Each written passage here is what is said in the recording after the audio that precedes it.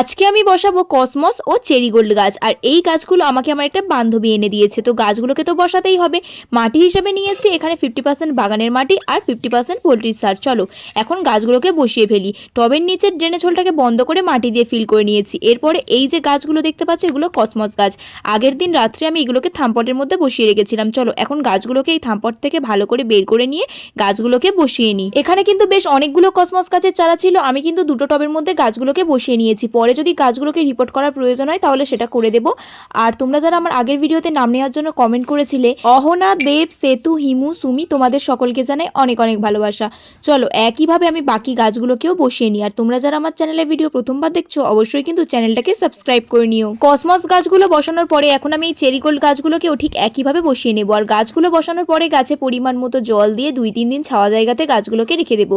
তাহলে আজকের মতো চলি, দেখা হচ্ছে অন্য কোনো ভিডিওতে। বাই।